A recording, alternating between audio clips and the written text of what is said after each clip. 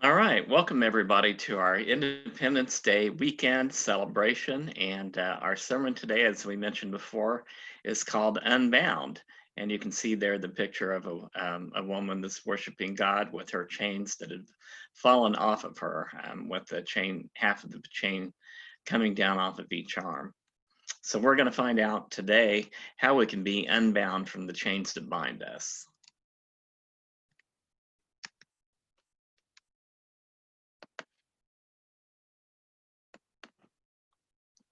I hate air travel. I like traveling. I like seeing other places.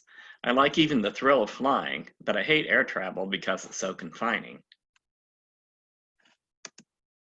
You have to stand in line for the security check, and I'm sure you've all been in one of those. Remember those lines? And then you have to stand in line again when you board the plane. That's provided you get through security okay and don't have to turn around and go back. We've had to do that a few times too. And then you have to wait in the aisle of the plane while someone ahead of you is attempting to stuff a huge case into the overhead luggage rack. Anybody been behind that guy? If not, follow me on some flight. I'm turning into that guy, I think. Then when you find your seat, it's the middle one of a row of three, so that you have to tuck your elbows in and then wear a seat belt that will be too tight. I hate air travel because it's confining. It involves bindings and they're uncomfortable. But there are no bindings so tight as the ones that we put on ourselves.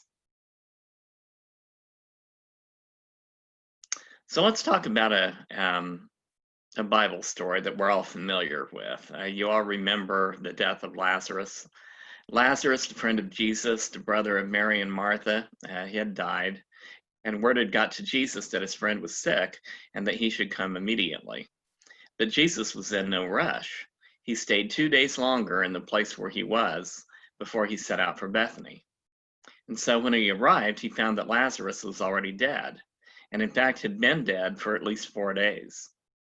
Bound in his shroud, hands and feet and face covered with strips of cloth, a binding that everyone presumed would never come loose.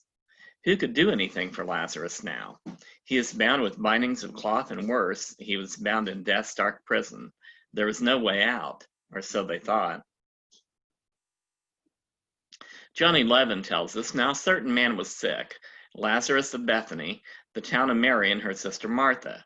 It was that Mary who anointed the Lord with the fragrant oil and wiped his feet with her hair, whose brother Lazarus was sick.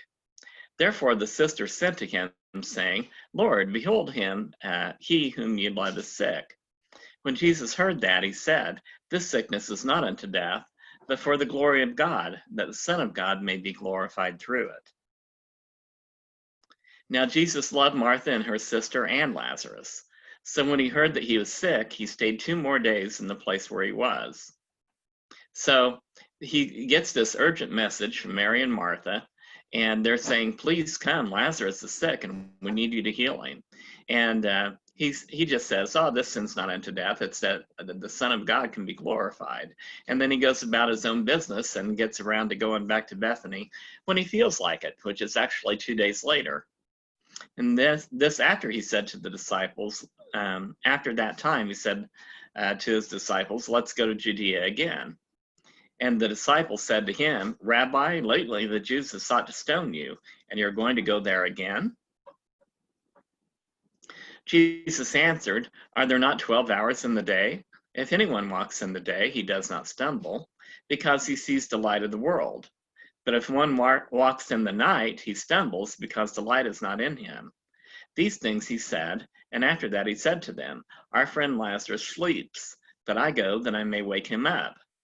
Then his disciples said, Lord, if he sleeps, he'll get well.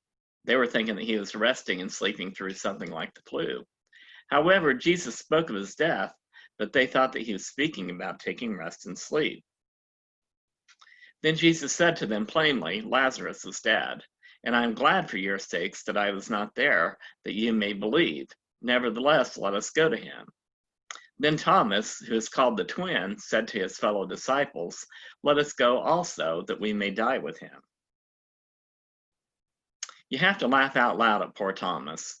He just seemed to be the last of the disciples to really get it. I can just see him shrugging his shoulders and saying something like, "Well, we all have to die sometime. Now's as good a time as any." Thomas seemed to be binding himself with chains of doubt. But let's continue the story in Scripture and see what really happened.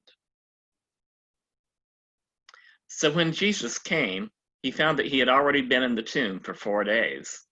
Now Bethany was near Jerusalem, only about 2 miles away, and many of the Jews had joined the women around Mary and Martha to comfort them concerning their brother. Then Martha, as soon as she heard that Jesus was coming, went and met him, but Mary was sitting in the house. Now Martha said to Jesus, "Lord, if you had been here, my brother would not have died. But even now I know that whatever you ask of God, God will give you." Jesus said to her, "Your brother will rise again."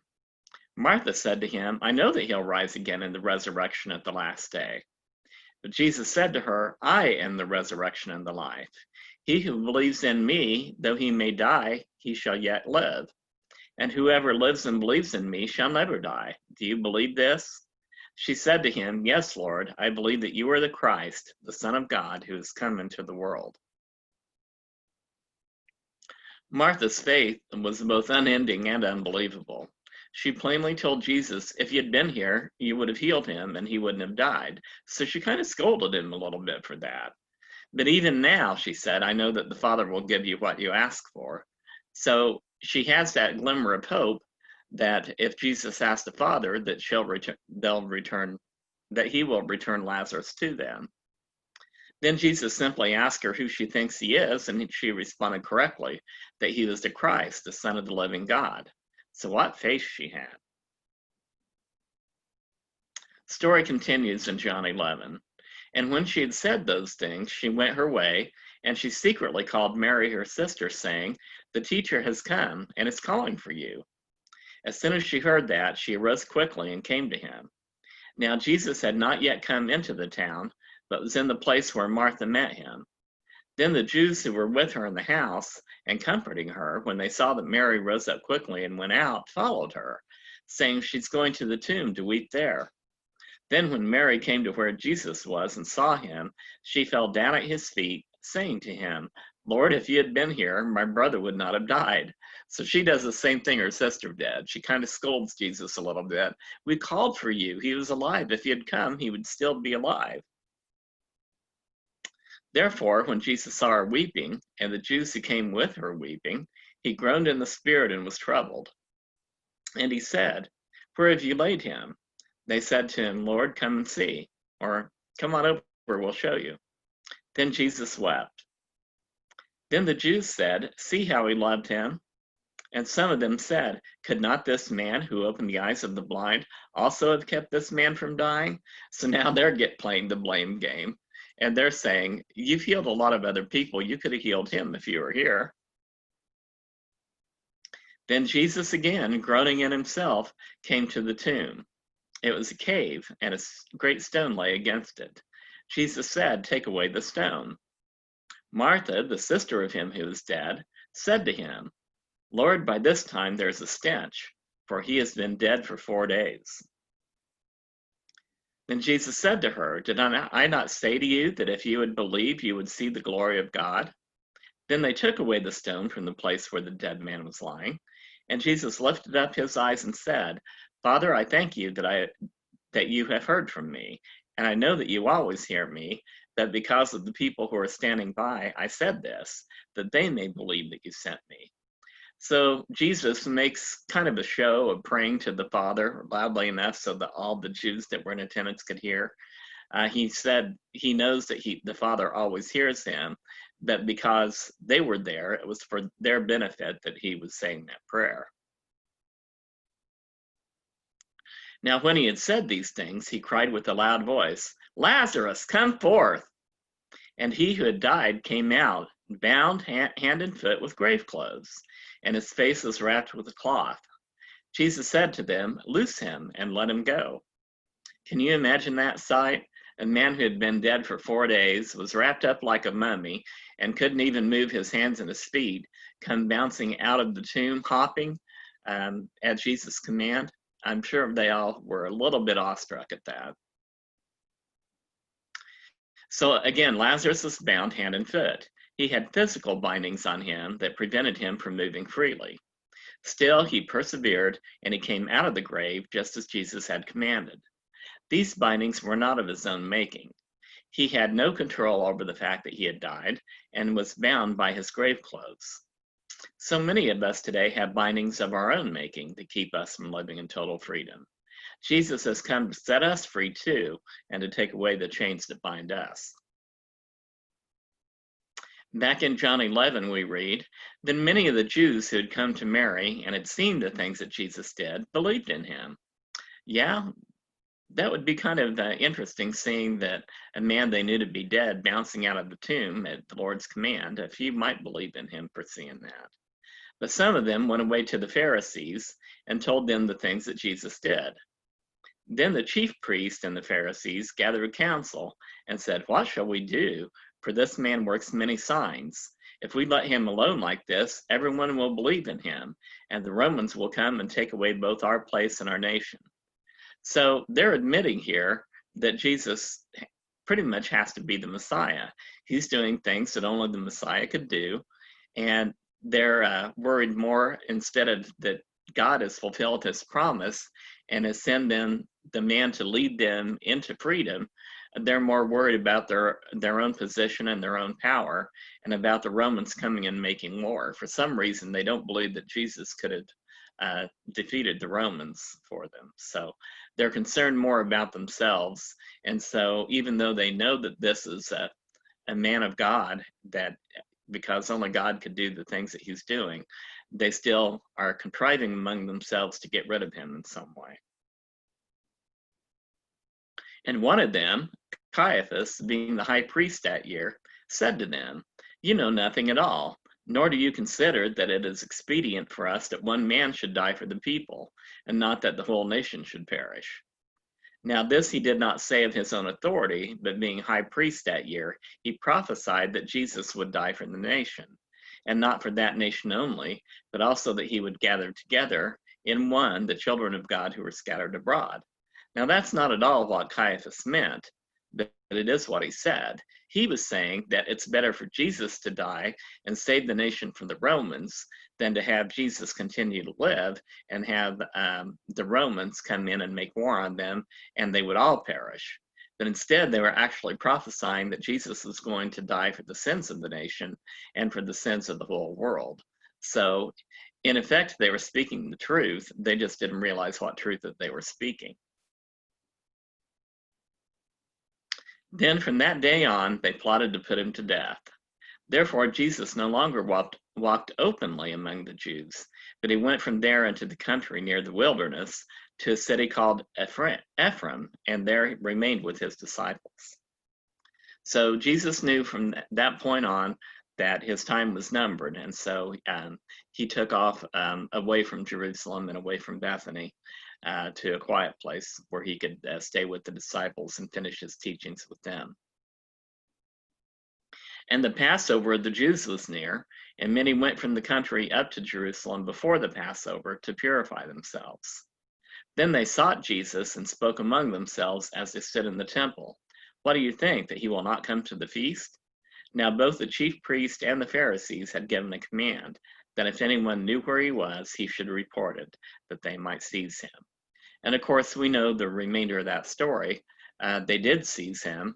He did die on Passover as the Passover lamb was being slain, and was buried during the Feast of Unleavened Bread, taking our leaven of sin upon himself, and then rising on the Feast of First Fruits, which was the next Sunday, and fulfilling many prophecies by doing that. But again, they weren't concerned with prophecies or knowing that they were trying to kill the Son of God. They were worried for their own position and power and whether or not Rome was going to destroy them. So you all know what happened to Jesus during that time. They did in fact arrest him, like I said, and tried him for trumped up crimes he did not commit. But before that happened, Jesus told his disciples a bit more about Lazarus. So that brings us to the parable and I have that in quotes, of the rich man and Lazarus.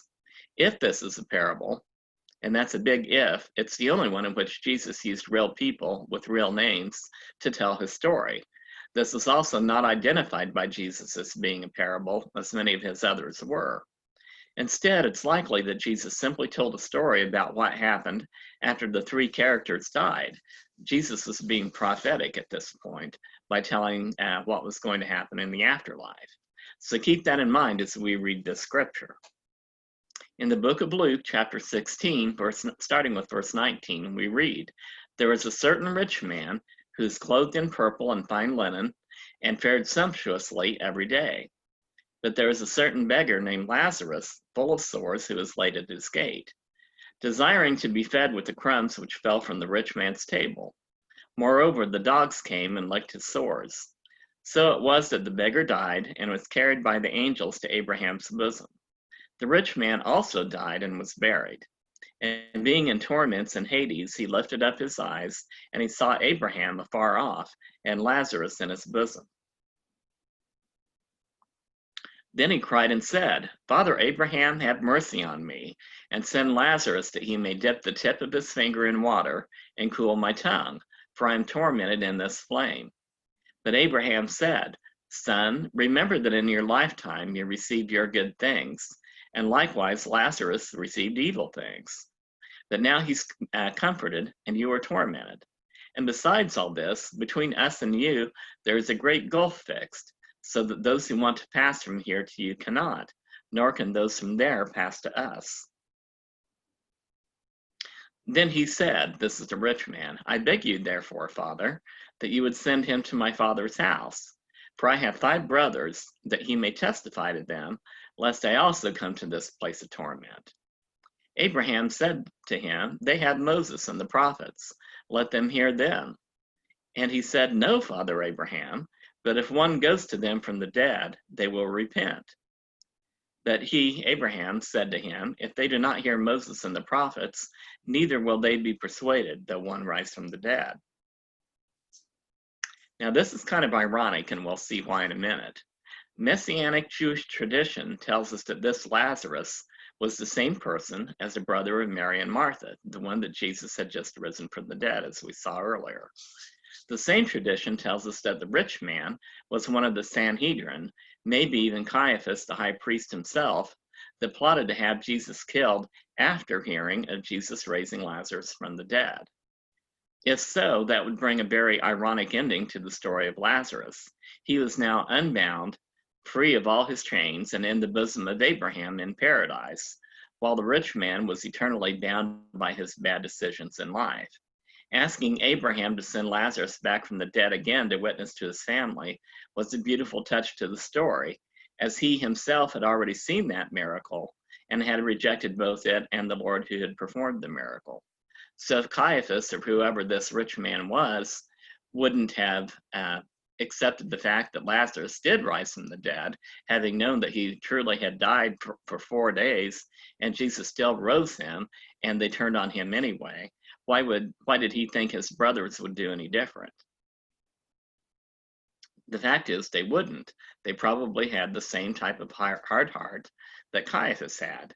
And God already did that miracle to prove to them that Jesus was who he said he was, and they still ignored it. So Lazarus is now free of his bindings, but what bindings are restricting you? Is it your finances?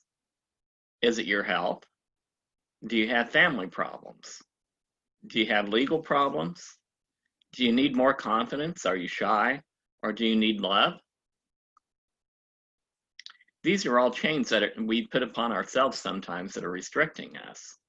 Just as Jesus ended the bondage of death and his followers removed Lazarus' physical restraints, Jesus wants to unbind you. Unlike Lazarus, who is bound by his grave clothes when he is resurrected, when Jesus rose from the dead, he left his binding grave clothes behind. So there were no chains on him. Nothing was binding him when he arose from the dead. But when Lazarus rose, he still had his chains upon him, the bindings upon him. There's nothing that can bind the power of the Son of God, not even death itself. Won't you let him set you free of whatever binds you? He's waiting to do just that. All you have to do is ask. We're going to sing one more song called The Savior is Waiting. It's an invitation. Call it an encouragement to ask Jesus to let him take charge of whatever problem is binding you and keeping you from being the best follower of Christ that you can be. Surrender your binding grave clothes to him today